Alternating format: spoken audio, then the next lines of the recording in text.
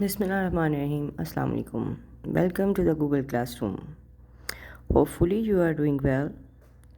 This is our second lesson of these Google classes, and hopefully you have done your previous work. In our lesson 1 we studied about the senses. Today we will start another exercise which is related to your sense, and that is sense of eye. Mean sight, which is belonging to your organ eye. So sense of sight will be studied here. Then we will know how it helps us and other living organisms. Before I start, the instructions are same. Keep your skill book and stationery items with you so that you can do your classwork with me after once it is assigned. So let's start. I'm your teacher and this is your skill book. Open page number 15 and let's start. So before I start, don't forget to write down the date and classwork at the top of your pages. So let's start and revise few things related to senses. We all have 5 senses which are associated with our sense organs. Sight is with eye, smell is with nose, taste is with tongue, hearing is with ears, and then touch is with our hand. So these all senses, all the living things, they have them. Human beings, all the animals, most of the animals which are found on land and fly in the air, they have all their 5 senses. And same is the case of many of the aquatic organisms which are living in water. But right now we will see that how the sense of sight help us and other living things, and what is our sense organ, what is its name which help us in our sight. We can see the things around and far off from us. So sense of sight comes through our eye.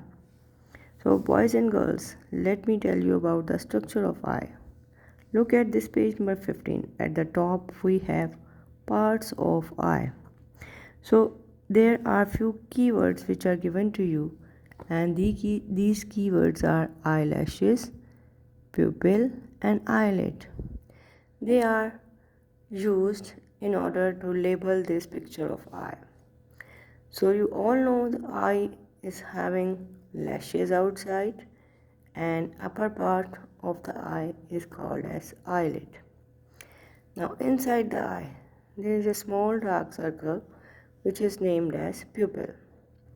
So eye is the organ which help us to see, and this basic and important part of an eye which we can identify are eyelashes, eyelid and pupil. Now how does it help us and the other living things? Let me tell you some examples. Some are given on this page.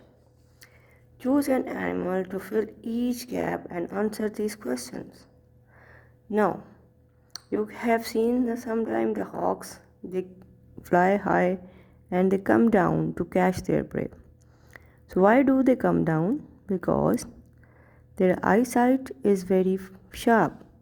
They can see, they have good eyesight, and once they see their prey, once they see something to eat, from the height they may dive down and then come to catch their prey. So hawks and eagles and kites, they have their good eyesight, and with the help of their good eyesight they can see from a big distance about where is their prey and how they can grasp them. So they dive down from the air, come near the prey and catch it. So question number 1 is, why does a hawk or cat need a good eyesight? I have filled it with a hawk or cat because cat can also catch its prey from a distance.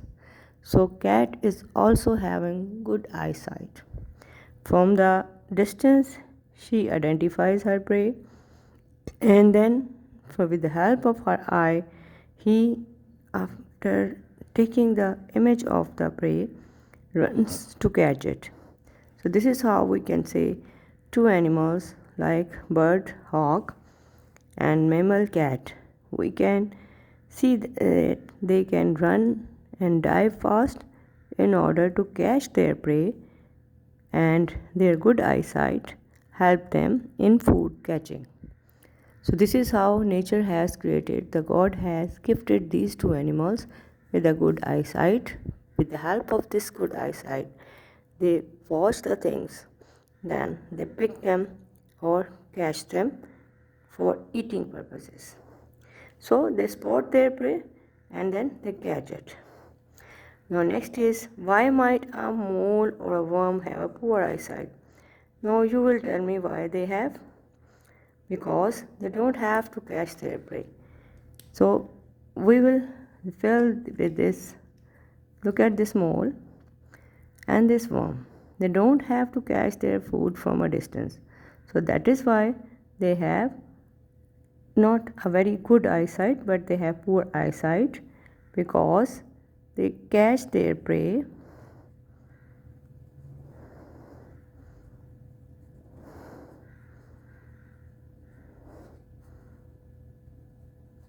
present nearby.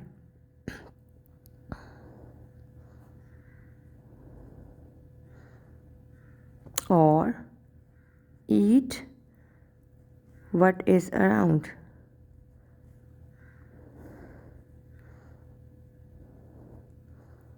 Moles are usually eating ants, so whenever they have to eat the ant, their things are usually found. Such insects and smaller, you can say, organisms, they are found where the mole live. So insects and smaller creatures, they are caught by the mole because they are always found around the area where the moles are present.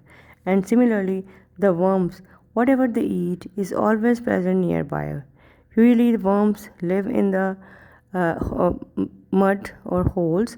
So whenever it rains, you can see that many earthworms come outside.